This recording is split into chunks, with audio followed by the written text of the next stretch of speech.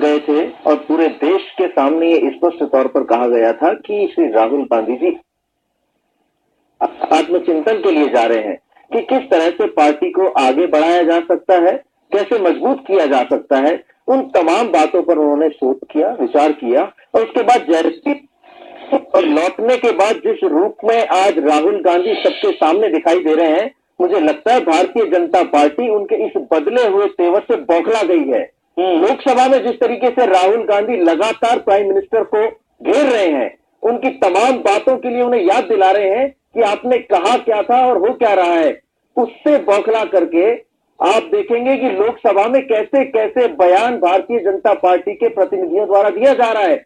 कोई उन्हें कहता है, कोई ये कह रहा है कि इतने दिनों की छुट्टी के बाद आप लौट के आए हैं, यानी तमाम तरह की ऐसी बातें जो उस लोकसभा के अंदर शोभा नहीं देती है।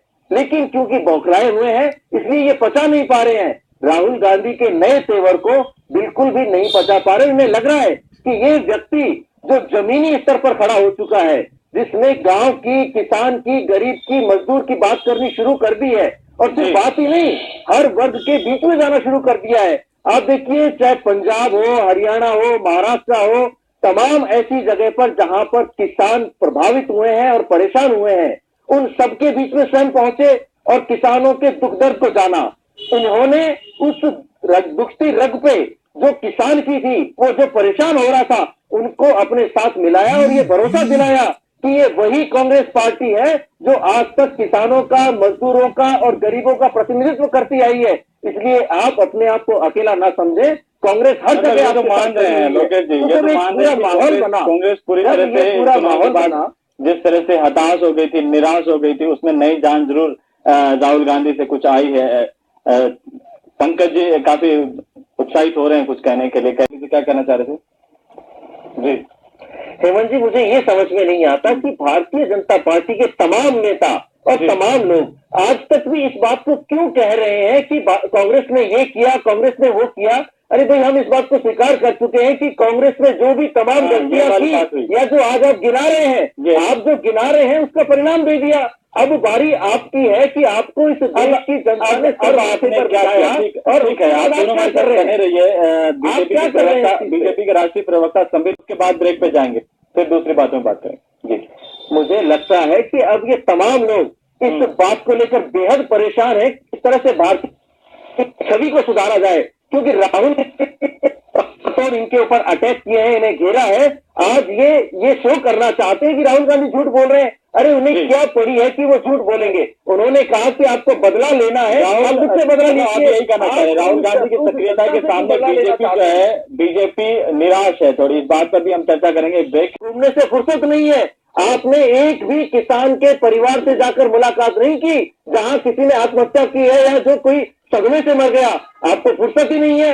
आप तो निवेश लाने के बहाने पूरे विश्व में भ्रमण करना चाहते हैं, क्योंकि आपको लग रहा है अब के बाद आप कभी इस पद पर कब नहीं बैठ पाएंगे, इसलिए आप ताबड़तोड़ विदेश यात्राएं कर रहे हैं और अपना राहुल गांधी थोड़ा सा बोलते हैं, पूरी कांग्रेस पार्टी ये कहने लग जाती है कि राहुल सक्रिय हो गए हैं, कांग्रेस में नई ऊर्जा फूंक रहे हैं।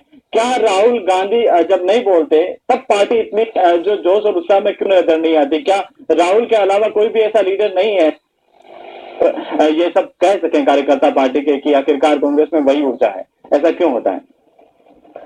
देखिए, पहले हम सरकार में थे और सरकार में होने के नाते जो हमारी भूमिका थी, राहुल गांधी जी की जो भूमिका थी, उन्होंने उसे बखूबी निभाया। उसके बाद हम और जनता के जो हमें जनमत दिया, अपक्ष हैं और विपक्ष के धर्म को निभा रहे हैं। लेकिन जिस तरह से सभी लोगों ने सीधे तौर पर, यानी स्पष्ट रूप से कहें तो भारतीय जनता पार्टी ने सिर्फ राहुल गांधी को निशाना बनाया कि ये युवराज तमाम जगह घूमे और ये फेल हो गए, ये प्रधानमंत्री पद के कैंडिडेट थे और इसकी वजह क्या क्यों उन्होंने ये चाह रहा था, मैं यही बता रहा हूँ होता है जब राहुल गांधी पूरी पार्टी बिल्कुल चुप हो गई है, प्रतिक्रिया देने के लिए भी कोई सामने नहीं आता था कि आखिर राहुल कहाँ है या पार्टी क्या कर रही है। अब जैसे राहुल गांधी आए हैं तो राजस्थान से लगा करके सेंट्रल तक देख लीजिए, रोज कांग्रेस किसी न किसी बात को लेकर के कम से कम प्रतिक्रिया तो देती है। ऐसा क्यों होता है? नहीं हेमंत जी, आपको जानकारी होगी कि जब राहुल गांधी जी छुट्टी पे थे तो स्वयं राष्ट्रीय अध्यक्ष सोनिया गांधी जी कितनी सक्रिय थी, मुझे लगता है किसी से छुपा हुआ नहीं है। वो इन्हीं के नेतृत्व में फिर वो किसान विरोधी जो बिल था उसके लिए तमाम विपक्षी दलों ने इकट्ठा होकर जो राष्ट्रपति भवन वहां तक मार्च किया। जी, वो मुझे याद है। तरीके से जो विपक्ष के नेता है, जो कांग्रेस पार्टी ने जिन्हें अपना नेता चुना हुआ है, उन्होंने वहां पर अपनी विपक्ष की भूमिका निभाई, अपने नेता की भूमिका निभाई। वो वाली बात तमाम लोग जो वहां लोकसभा में बैठे हैं लगातार बोलते आ रहे हैं। मनमोहन सिंह पे ये आरोप लगे थे, तब भी सोनिया गांधी पैदल मार्च करके उनके घर तक गई। तो अगर छोड़ दें तो उसके पूरा जो देश की पार्टी कार्यकर्ताओं की बात कर रहा था, कोई बात नहीं है। पंकज जी से तो ये पूछा जा रहा है कि जब लोकसभा में राहुल गांधी बोलते हैं तो आपके सत्ता पक्ष के लोग चुप्पी हो जाते हैं, क्यों उनके सवालों का जवाब नहीं दे पाते? अभी हेमंत जी पंकज जोशी जी की जानकारी आप मनमोहन सिंह जी का इतिहास उठा के देखिए। आप जहां जाते हैं वो कहते हैं कि पहली बार नरेंद्र मोदी आए। आपने कनाडा में ये कहा कि पहली बार आए हैं, अमेरिका में क्या मतलब है? यानी आप बात नहीं करेंगे, वो लड़के को समय बर्बाद समय वैसे प्रधानमंत्री हैं तब आए हैं।